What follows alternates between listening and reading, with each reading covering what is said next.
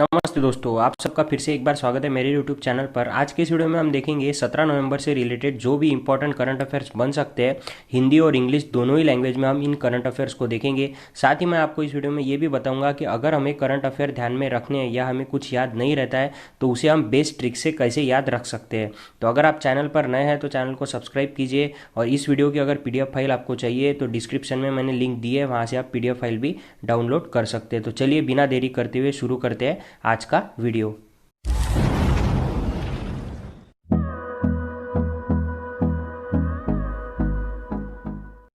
आज का वीडियो शुरू करने से पहले हम देखेंगे 16 नवंबर का जो होमवर्क का क्वेश्चन था वो क्या था। तो वो क्वेश्चन ये था कि वर्ष 2019-20 के लिए श्रेष्ठ हॉकी इंडिया सदस्य पुरस्कार से किस राज्य को सम्मानित किया गया है। Who was awarded the best hockey India member award for the year 2019 and 20।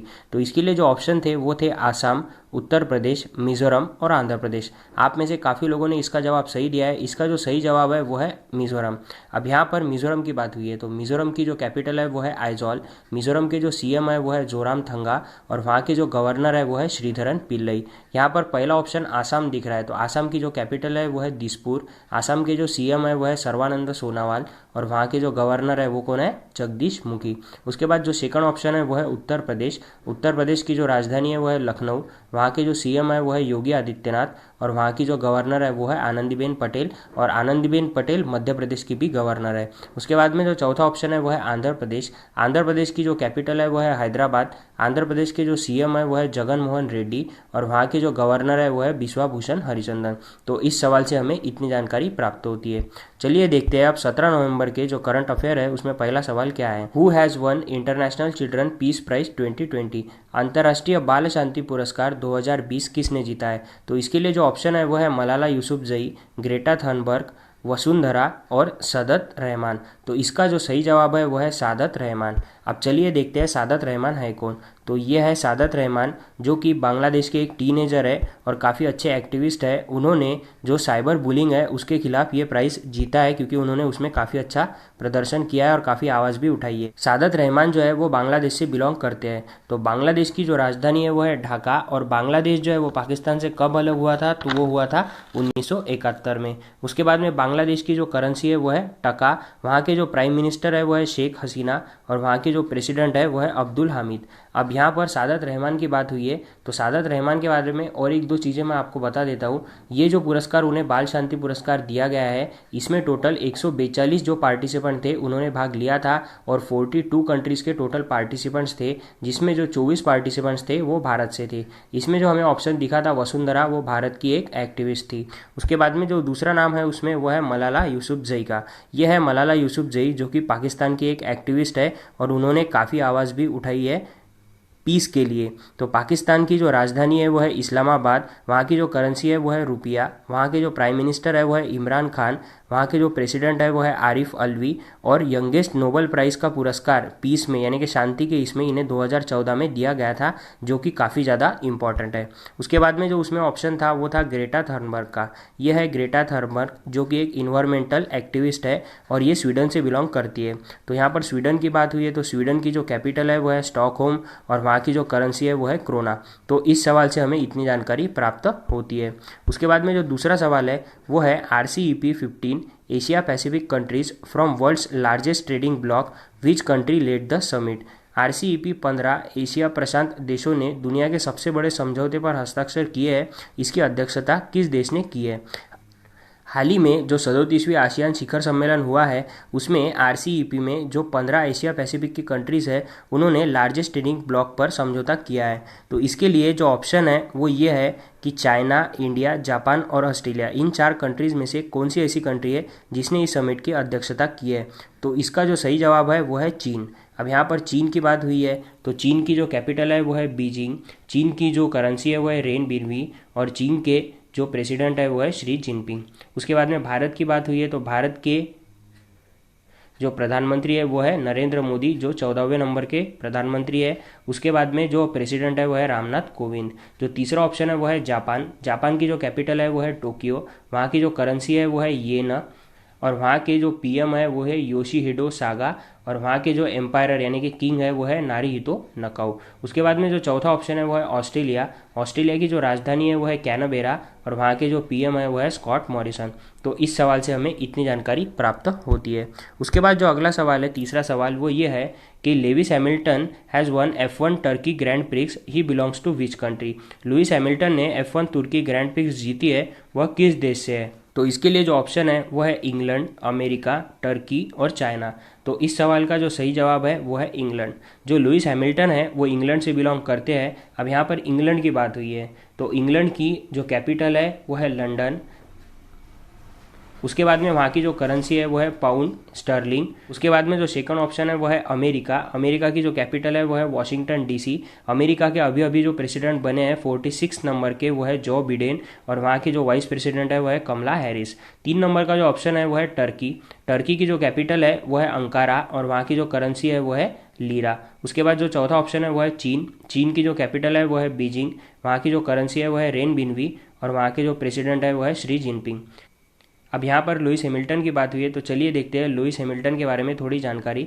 Lewis Hamilton जो है वो 2007 में पहली बार कैनेडियन ग्रैंड प्रिक्स जीते थे। उसके बाद जो ये अवार्ड उन्होंने जीता है F1 का, तो F1 में उन्होंने अब 7 कुल अवार्ड जीत चुके हैं। यानी कि जो माइकल शूमाकर है, जो कि पहले के काफ़ी अच्छे रेसर रह चुके हैं, उन्होंने ये प्राइज़ जो है यानी कि ये F1 रेस जो है वो 7 बार जीती थी, और लुइस हैमिल्टन ने अब उनकी बराबरी कर ली है। लुइस हैमिल्टन ने टोटल 94 ग्रैंड प्रिक्स जीते हैं अपने करियर में अब तक, और इस सत्र की ये उनकी 10वीं जीत है। तो इस सवाल से हमें इतनी जानकारी प्राप्त होती है। चलिए देखते हैं अगला सवाल क्या है। तो अगला सवाल है, India has tested the QRSAM system from the coast of which state. भारत ने किस राज्य के तट से QRSAM सिस्टम का परीक्षण किया है? तो इसके लिए जो ऑप्शन है वो है ओडिशा, तमिलनाडु, आंध्र प्रदेश और कर्नाटक। तो इस सवाल का जो सही जवाब है वो है ओडिशा। अब यहाँ पर ओडिशा की बात हुई है, तो ओडिशा की जो कैपिटल है वो है भुवनेश्वर, वहाँ के जो CM है वो है नवीन पटनायक, और वहाँ की जो गवर्नर है वो है गणेशी लाल। उसके बाद में जो दूसरा ऑप्शन है वो है तमिलनाडु। तमिलनाडु की जो कैपिटल है वो है चेन्नई, वहाँ की जो CM है वो है AK पलानास्वामी, और वहाँ के जो गवर्नर है वो है बनवारी लाल पुरोहित। उसके बाद जो तीसरा ऑप्शन है वो है आंध्र प्रदेश। आंध्र प्रदेश की जो कैपिटल है वो है हैदराबाद, वहाँ के जो CM है वो है जगन मोहन रेड्डी, और वहाँ के जो गवर्नर है वो है बिस्वाभूषण हरिचंदन। उसके बाद में जो चौथा ऑप्शन है वो है कर्नाटक। कर्नाटक की जो राजधानी है वो है बेंगलोर, वहाँ के जो CM है वो है BS येदुरप्पा, और वहाँ के जो गवर्नर है वो है वजुभाई वाला। तो इस सवाल से हमें इतनी जानकारी प्राप्त होती है। जो अगला सवाल है वो है, doctor Harshvardhan attended the 8th BRICS STI ministerial meeting, who chaired the meeting. Doctor Harshvardhan ने 8वीं ब्रिक्स STI मंत्रिस्तरीय बैठक में भाग लिया है, इस बैठक की अध्यक्षता किसने की है?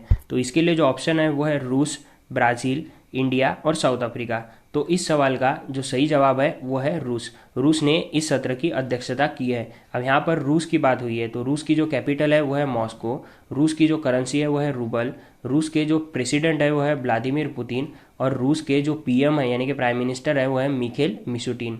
अब यहाँ पर ब्राज़ील की बात हुई है, तो ब्राज़ील की जो कैपिटल है वो है ब्राज़ीलिया, ब्राज़ील की जो करेंसी है वो है रियाल, और ब्राज़ील के जो प्रेसिडेंट है वो है जायरो बोल्सोनारो। उसके बाद में भारत की बात हुई है, तो भारत के तो हम जानते ही है, रामनाथ कोविंद जो है वो प्रेसिडेंट है, और नरेंद्र मोदी जो है वो प्राइम मिनिस्टर है। उसके बाद चौथा ऑप्शन है साउथ अफ्रीका। ये काफ़ी ज़्यादा इंपॉर्टेंट है। साउथ अफ्रीका की जो कैपिटल है वो 3 कैपिटल है वहाँ पर, प्रिटोरिया, ब्लूमफाउंटेन और केप टाउन। तो प्रिटोरिया जो है वो एग्जीक्यूटिव यानी कि कार्यपालिका रूप की राजधानी है, ब्लूमफाउंटेन यानी कि जो जुडिशियल यानी न्यायिक राजधानी है, और केप टाउन जो है वो लेजिस्लेटिव यानी कि विधायी राजधानी है। उसके बाद साउथ अफ्रीका की बात हुई है, तो वहाँ की जो करेंसी है वो है साउथ रैंड। उसके बाद में वहाँ के जो प्रेसिडेंट है वो है साइरिल रामापोसा।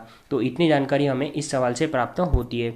चलिए देखते हैं अगला सवाल क्या है। तो अगला सवाल है, हु प्रेसिडेंट या फिर chaired over the 15th East Asia summit. 15वें पूर्व एशिया शिखर सम्मेलन की अध्यक्षता किसने की है?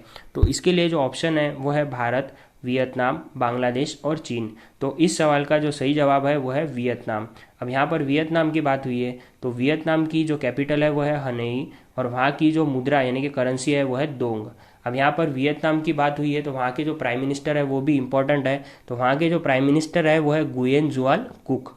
अब भारत के तो पता ही है हमें, रामनाथ कोविंद और नरेंद्र मोदी। उसके बाद में बांग्लादेश की बात हुई है, तो बांग्लादेश की जो कैपिटल है वो है ढाका, वहाँ की जो करेंसी है वो है टका। उसके बाद जो वहाँ की प्राइम मिनिस्टर है वो है शेख हसीना, और वहाँ के जो प्रेसिडेंट है वो है अब्दुल हामिद। और बांग्लादेश कब स्वतंत्र हुआ था, तो 1971 में।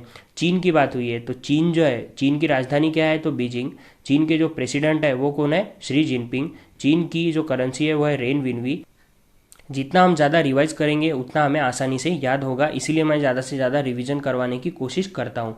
उसके बाद में जो अगला सवाल है वो ये है कि राष्ट्रीय प्रेस दिवस कब मनाया जाता है। National press day is observe on, तो इसके लिए जो ऑप्शन है वो है 13 नवंबर, 14 नवंबर, 15 नवंबर या फिर 16 नवंबर। जो सही जवाब है वो है 16 नवंबर। जैसा कि मैंने आपको पिछले 2-3 वीडियो में बताया है कि हम कंपैरिजन में डेज को आसानी से याद रख सकते हैं। अब यहाँ पर 13 नवंबर दिख रहा है, तो 13 नवंबर को आयुर्वेद दिवस और दयालु यानी कि वर्ल्ड काइंडनेस डे मनाया जाता है। उसके बाद 14 नवंबर को चिल्ड्रंस डे और मधुमेह यानी कि डायबिटीज़ डे मनाया जाता है। उसके बाद 15 नवंबर को कोई डे मनाया नहीं जाता है, और 16 नवंबर को जो है वो राष्ट्रीय प्रेस दिवस मनाया जाता है। अब राष्ट्रीय प्रेस दिवस मनाया क्यों जाता है, तो भारतीय प्रेस परिषद की जो स्थापना हुई थी वो हुई थी 4 जुलाई 1966 को, लेकिन 16 नवंबर से ये काफ़ी प्रभावी होना शुरू हो गया था, इसीलिए 16 नवंबर को हर साल राष्ट्रीय प्रेस दिवस के रूप में मनाया जाता है।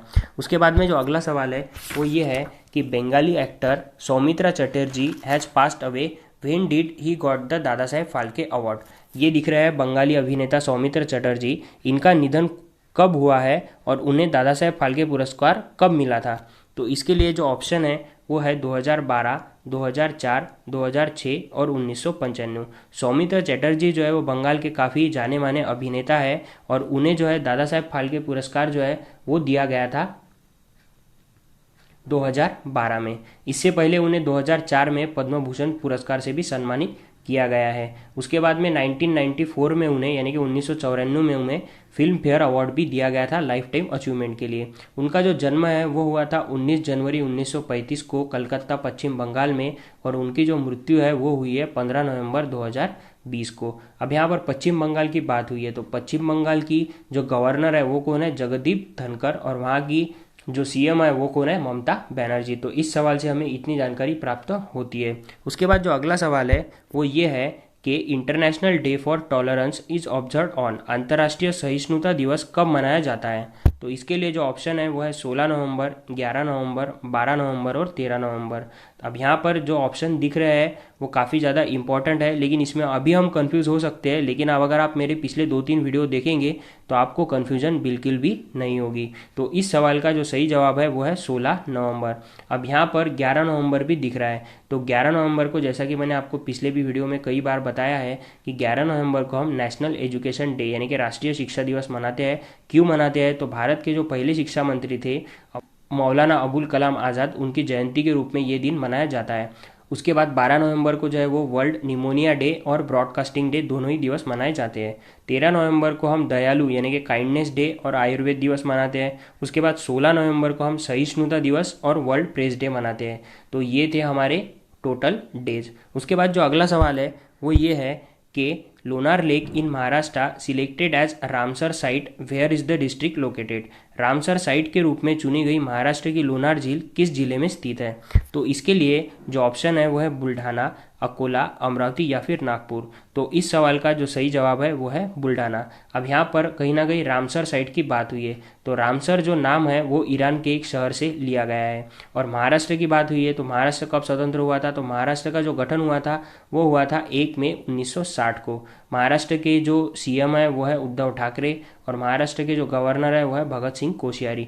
तो इतनी जानकारी हमें इस सवाल से प्राप्त होती है। चलिए देखते हैं आज का जो होमवर्क का क्वेश्चन है वो क्या है। तो eminent journalist and writer Ravi Belagere has passed away from which state. प्रख्यात पत्रकार और लेखक रवि बेलगरे का अभी अभी निधन हुआ है, वह किस राज्य से थे। इसके लिए जो ऑप्शन है वो है ओडिशा, तमिलनाडु, आंध्र प्रदेश और कर्नाटक।